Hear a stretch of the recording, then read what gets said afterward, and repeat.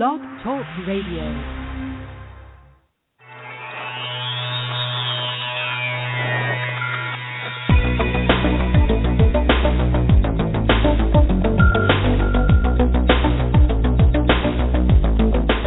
Across the country and around the world, streaming live on the internet, it's Real Estate Coaching Radio, bringing you the latest news, interviews, and secrets of the top producers. Hosted by award-winning real estate coaches, Tim and Julie Harris. Welcome back. It's Tim and Julie Harris, and this is, of course, Real Estate Coaching Radio, broadcasting live from lovely Austin, Texas. And this is your number one source for unfiltered, full-strength honesty about how to get your butt in action, helping others and making a ton of money and getting the most out of this real estate recovery. And as we've been saying, and I know a lot of you guys are definitely understanding and experiencing this, we are in the very beginning stages of what will be a 7 to 10 year real estate boom. No, I did not say bubble.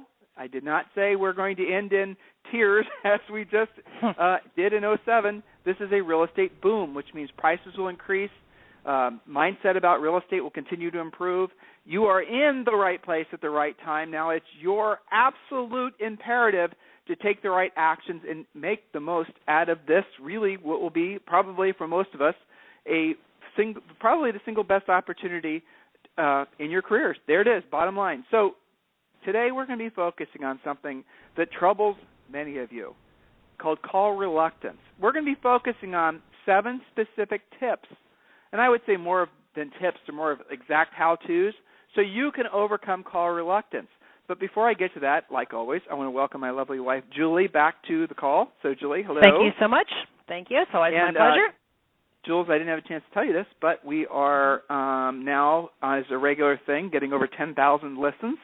So we have definitely accomplished our goal of, spreading the word about what we are all about here at our coaching business. So a lot of you are resonating with us in that we are, frankly, the only agent-centric coaching business that there is. We are totally and completely focused on what's best for you, the individual practitioner, because we know, it's not even a belief, we know that you are the heart and soul of the housing industry. You, the folks listening to this radio show, are the reasons that real estate is recovering. It's your blood, sweat, and tears that has gone out there and gotten homes sold, created listings that are sellable, generated buyer traffic, and all the rest of it. So we want to help you to flourish in this real estate recovery, and one of the main ways to do that, frankly, is picking up the phone. But then we have to help you overcome call reluctance, so that's what we're going to be talking about today.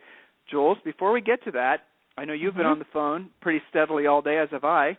Share with the listeners what you have experienced, some stories from your coaching schedule, anything you have that you think will benefit all of our listeners. Sure. Well, it's related to our topic today of call reluctance, and the interesting thing is call reluctance can sort of rear its ugly head on a multitude of levels, and where I was seeing it today, now that we are on the edge, and certainly for some of our agents, they're already seeing the results of their hard work in becoming great listing agents, and many of them now have more active listings than they have ever had before in their career. So kudos to them. It's fantastic. Congratulations. And, of course, the next coaching call is, oh, my gosh, I've got to talk to all of these people until they sell. I have to maintain the relationship. So there can be call reluctance even when you have active business, when you're talking about talking to your active sellers. Sometimes we see that because, as our illustrious broker used to always say, Rory, your job is to be the one with the listing when it sells. So we've been doing a lot on seller communication, and why do agents sometimes not call their sellers all the time? Well, it's the same reason they don't always call for sale by owners, same reason they don't always do a great job on lead follow-up. They don't know what to say or how to say it. So it is related to today's topic, call reluctance, and I want agents to really think how many places in their business do they actually experience call reluctance. The obvious place we always think about is prospecting, outward phone calls, but it can also be lead follow-up, price reductions, talking to your sellers, maintaining relationships. Overcoming call reluctance is probably the most important thing any agent who wants to not just get by in this business, but thrive in this business, probably the most important thing for them to work on. And the truth is, Julie, is at the end of the day, your license might say salesperson, right? Depending on what state you're in, it says different things. But the reality of it is, is you are a communicator. Well, and how effective you are at communicating has a direct correlation to the money that you will make from the people that you're able to effectively communicate about your services. So, you know, guys, at the end of the day, you are in the communications business. You just happen to sell real estate. You are in the talking to people business. You just happen to sell real estate. You cannot make your money in this business unless you are talking with people. All of this seems very, very basic. Somehow, some way, along some, you know, convoluted path, real estate has been sort of hijacked, and a lot of you guys have begun to believe that the way you get business is by buying leads. Now, I haven't been on this little soapbox for a couple of weeks, so I'll just touch upon it, and I will get right back off it so we can get back on our topic. Don't buy leads. There it is. I'm done. There you Learn go. how to generate them yourself. No, I'm not saying don't take a referral. If you can basically take a referral for a listing and someone else generated the listing for you, another agent, and there are some services out there that do that as well, and you just pay a referral fee, that's beautiful. But the idea that you're going to somehow rely on a third-party entity to generate business for you is an exercise in futility that will result in, frankly, you never getting anywhere in your business. You have to pick up the phone. You have to remember that you're in the communications business. You have to remember that your job is to connect people. You just have to get in between of the buyer and the seller, or the seller and the buyer. That is your goal. That is what we're going to cover today and help you overcome call reluctance. So we're going to take a real quick commercial break, and then Julie and I have, I think it was 6 or 7 points to share with all of you guys, so stay tuned.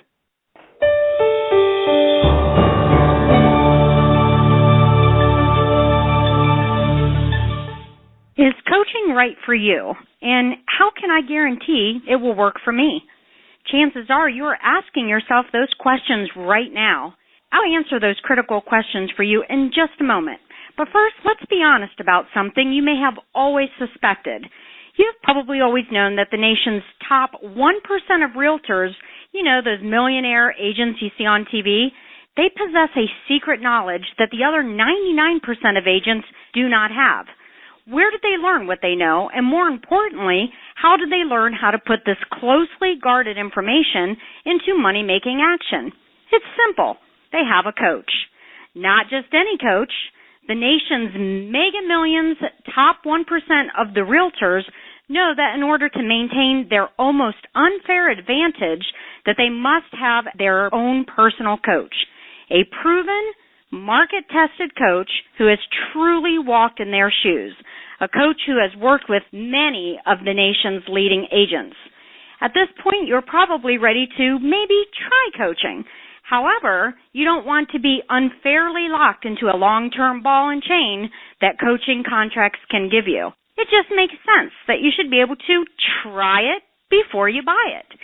Even more importantly, you want to have a coach who is the best of the best, not someone who is simply assigned to you or, even worse, has never sold real estate. Can you imagine? If this is you, I have something for you right now that is exactly what you have been looking for.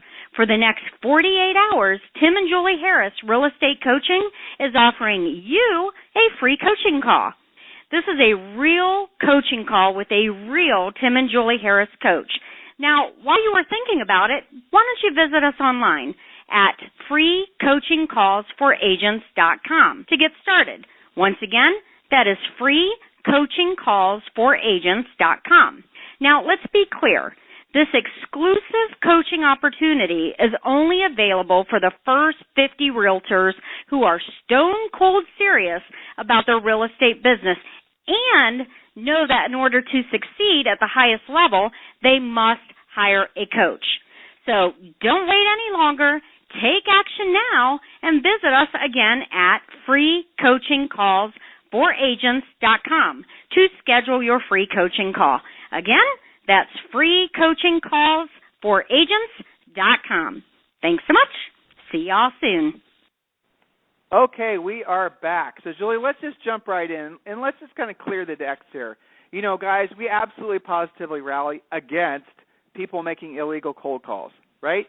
So, for God's sake, don't be a fool and violate the do not call list, because you're just signing yourself up for tens of thousands of dollars of fines from the FTC. So let's just clear that out of the air. that we're going to make the assumption that you're going to be making legal calls. If you don't know how to make legal calls, do as Rochelle just said in that little commercial and request a free coaching call at freecoachingcallsforagents.com, or listen to the past radio shows we've done on legal prospecting or legal over-the-phone prospecting. And I want to kind of just cover this too.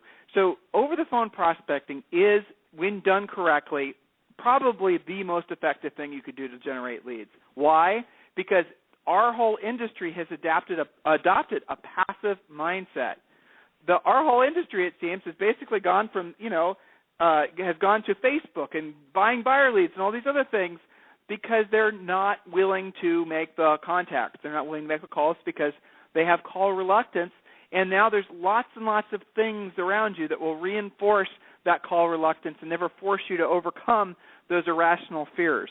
The buying of the buyer leads and all the rest of it. Oh, you can just Facebook your way to success, and, you can drop off forget-me-not seeds and just focus on your centers of influence and past clients and give them pumpkins at Thanksgiving and whatnot, and eventually they'll come around to giving you business. All of that passive stuff may eventually work, but I'm speaking to those of you who are focused on making money now, making the most of this real estate boom, making the most of your opportunity to be of service for others right now. Not 60 days from now when maybe you'll get a referral, or next year when maybe that whatever widget, golden, silver bullet idea works. Right now. So, Julie, let's get to the first point, overcoming call reluctance, point number one. Point number one is have a mindset of service. How can you be of service? Thinking to yourself all the time, how can I be of service to the person I'm about to call? In other words, not making it about you, making it about how you can be helpful to the person you are contacting. How can you help them with their real estate needs? It's not about you. It's about what you can do for them. And, Tim, I once had a coaching client tell me as soon as she switched her mindset to this, her outbound calls became so much easier. She went from dread to pleasure. She kept on using that phrase, it's my pleasure. So let's drill down on totally that different. for a second. But let's drill down on that for just a second. So if you're right now, if you're the idea of you picking up the phone and contacting anybody makes your teeth itch, well, it's because you're thinking about yourself. You're thinking about, what am I going to say? You're thinking about, what are they going to think about me? How am I going to feel? What do they think about me? Will they think I'm desperate for business? Will they think all these negative thoughts, right? You fill your mind. It doesn't even take any effort for you to fill your mind with all these types of fearful thoughts that result in what? Apathy, complacency, and the worst yet, the buying of leads, okay? That's the slippery slope that a lot of you have been sliding up and down most of your careers. Here's the thought. Julie just said it. Have the most dominant thought in your head. Write it down on a piece of paper, tattoo it on the front of your brain, and literally write it down on some board that you can see every day when you're near your phone, because your phone is going to become your best friend. Have something that says simply, how can I help you? I am here to be of service. When you start focusing on those phrases, just do it now. Test it now. Focus on those phrases. How do you feel with the idea of the fears that you had being replaced with the idea of being of service? Do you notice how the ego, which was making you fearful, just sort of melts away? When you're focusing on how can I be of service, I'm here to help you, saying those words, saying them to yourself, before you pick up the phone, before you dial the phone, while you're dialing the phone, I am here to help this person. My job is to help this person. Isn't it amazing how the helping mindset will completely extinguish the ego mindset? Guys, it's critical that you get this because it is a life-changing mode of operating. It's moving from your ego state to being of a service state. The ego can't exist in the same realm of you once you're in the service mode. Hopefully you guys get that. Hopefully that makes sense and that resonates with you. I would love to talk about that with more of you on our free coaching calls or freecoachingcallsforagents.com. Point number 2, Julie. Point number 2 is you must have an organized list of who to call. Having an organized list will remove your excuses. Some of you guys are really good on the phone. We talk to you guys all day long. We do free coaching calls. We have our advanced and our breakthrough students, our one-on-one clients. We talk to you guys all the time. And many of you are actually way better on the phone than you think you are. But your excuse, if you're in this category, is you don't call people because you're just so massively disorganized. You have leads on napkins. You've got them written on your hand, shoved in your purse, stuck in your wallet on the back of a receipt. You're not organized. So the more organized you are, the more likely you are to actually call. And this translates from everything from lead follow-up to calling for sale by owners and expireds. Some of you guys don't call expireds because the only method you know how is using your hot sheet in the MLS and trying to egregiously look up phone numbers versus using a service that makes it easier, or simply door knocking. So creating an organized approach can solve many of your issues, because some of you think it's how you are on the phone, but that's not the fact. The fact is you're just a disorganized mess, which means you're making less money than you should. Point number 3. Point number 3, set aside an actual area of your office or home office called your contact area. This needs to be clean, isolated, with dream boards, things that are inspirational and motivational to you, music that you like in the background, the temple to your dreams, your prospecting shrine.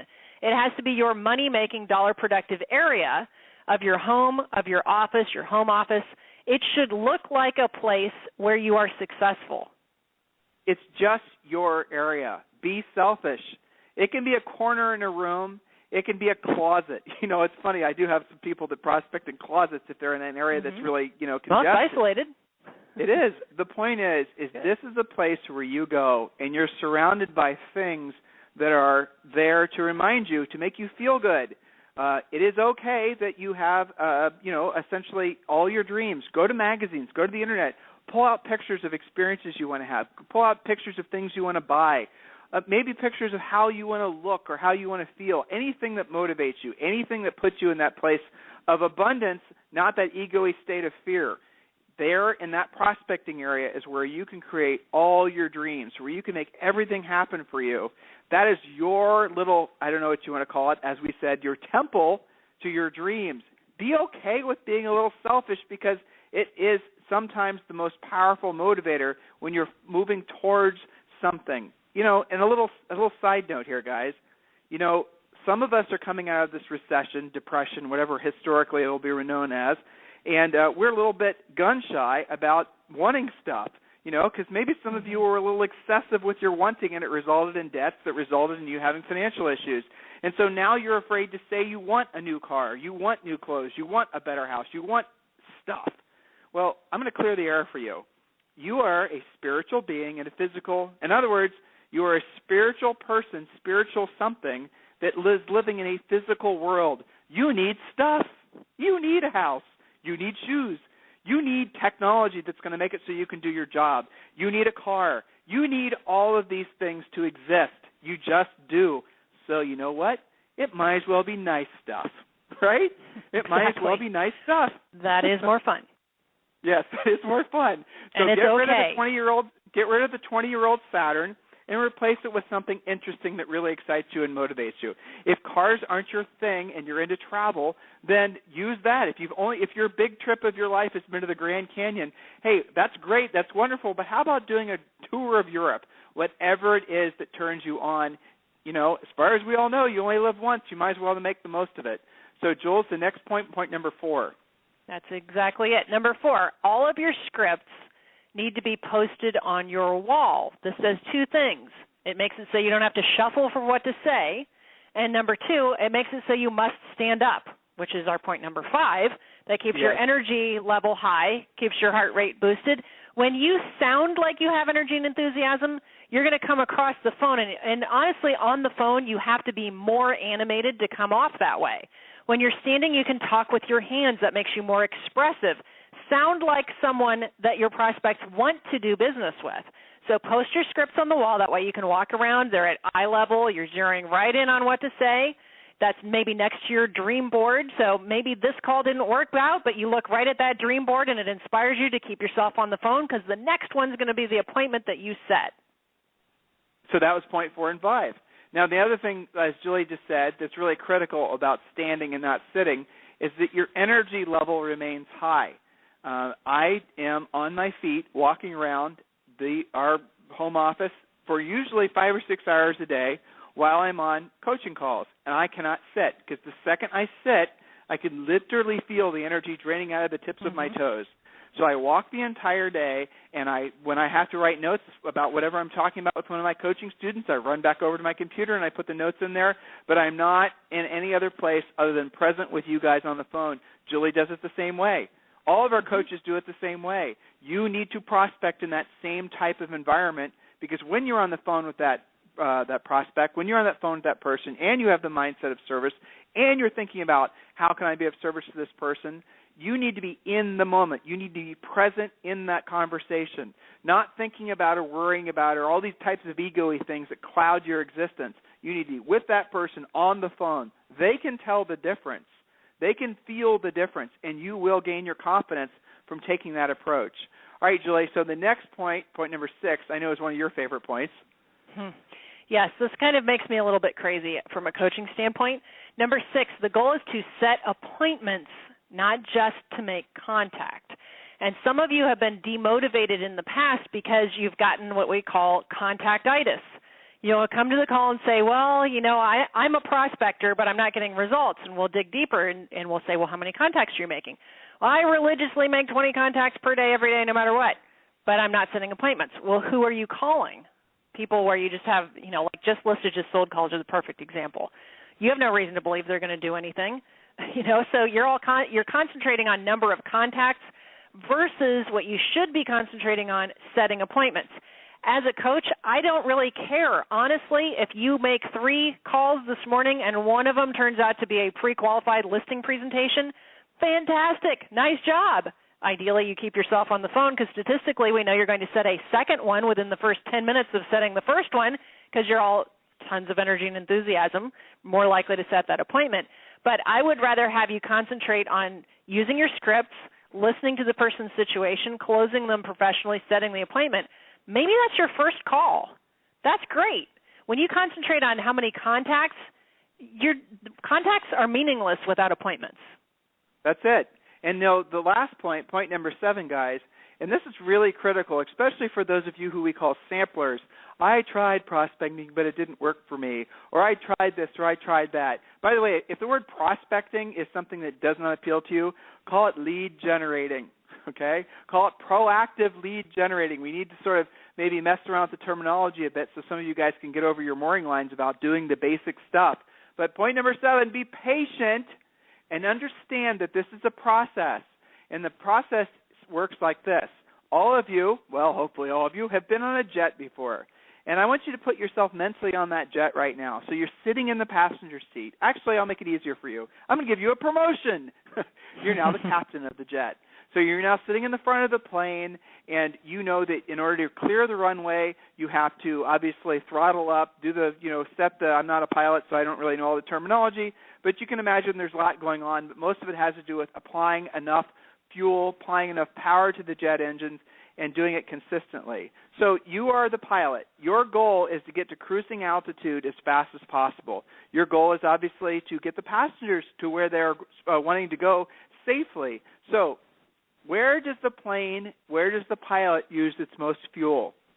Question, does it use it when it's taking off, the pilot, the plane, or is the most fuel used at cruising altitude or when landing? So at what point in the, sort of the plane process is the most fuel expended? That's kind of obvious, isn't it? Most of the fuel is used when the plane is taking off the runway. Not when it's at cruising altitude, certainly not when it's landing. So when it is taking off, when it is fighting gravity, when the plane is having to use 2 and sometimes 4 engines to get up to whatever the cruising altitude is. And then once the plane is at cruising altitude, what happens? You've been on planes before. You know it gets quieter. It's super loud when it's taking off, and then once it reaches cruising altitude, it gets quieter. Why? Because at cruising altitude, everything is easier for the plane. Aerodynamics are working for it. Momentum is working on behalf of the plane and the energy that the pilot just had the plane put forth to get to the cruising altitude. So the pilot then can cut back ever so slightly on the throttle, can't he? So to get to cruising altitude requires lots and lots of effort, but once you're at cruising altitude, less effort. Pull back on the throttle, and you can kind of relax. And at that point, the pilot can decide to go to a higher altitude. Say you go from, say, 10 listings to 20, Or the pilot can just decide to maintain cruising altitude and keep at 10 listings for the rest of their career, but eventually, the pilot's going to arrive safely and everyone's going to be happy.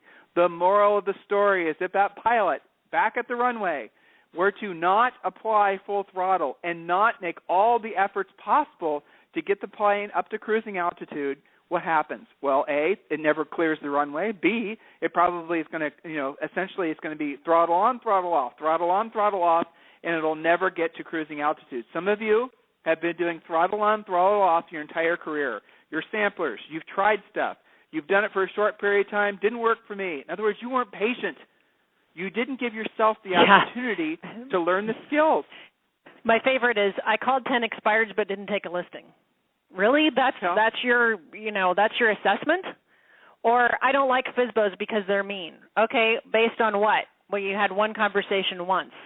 That's a sampler. That's not cruising altitude. Cruising altitude is when you have kept your foot on the throttle, you've gone through the learning process, you've learned your scripts, you've had some great calls and some not so great calls. The people who make the most money in this business keep their foot on the throttle, and then when they get to cruising altitude, that's really when the fun begins. And for real estate, cruising altitude is having multiple listings at all times. Guys, and it's counterintuitive. You would think that would make it harder. In fact, that's smooth sailing. That's right. I mean, guys, this just makes sense, doesn't it? I mean, you're probably thinking, I'm believing everything that Tim and Julie are saying. It totally makes sense that I need to be doing what they're suggesting that I do. What do I do now? How do I actually put one foot in front of the other? It's simple. You know what I'm going to say? Request a free coaching call. Free coaching calls for agents.com. We obviously give priority to existing coaching students and those of you who are ready to become coaching students. Be serious about your success. And there are no silver bullets, guys. There are no secret, potions that we can give you. This isn't witchcraft or alchemy. At the end of the day, this is going to take effort. Make the effort, learn the skills, and enjoy the benefits of it. Remember the first point that we gave to you guys today. How can I be of service to whom I'm choosing to do business with or who chooses to do business with me? That is always our dominant mindset when we're talking with you. Hopefully you can feel that from us, that we're focused on you. We're focused on how can we help you. What can we do to help you? It's not focusing on us. It's focusing on you. Request a free coaching call, and let's see if we can get you on the right path. And at the very least, maybe a lot of you are on the right path already. We can get you cruising to a higher altitude faster. So thanks for listening today, and we'll talk with you tomorrow. State coaching and training programs. Visit our website at timandjulieharris.com. Remember to tune in weekdays at noon for upcoming shows. And until next time, thank you for listening to Real Estate Coaching Radio with Tim and Julie Harris.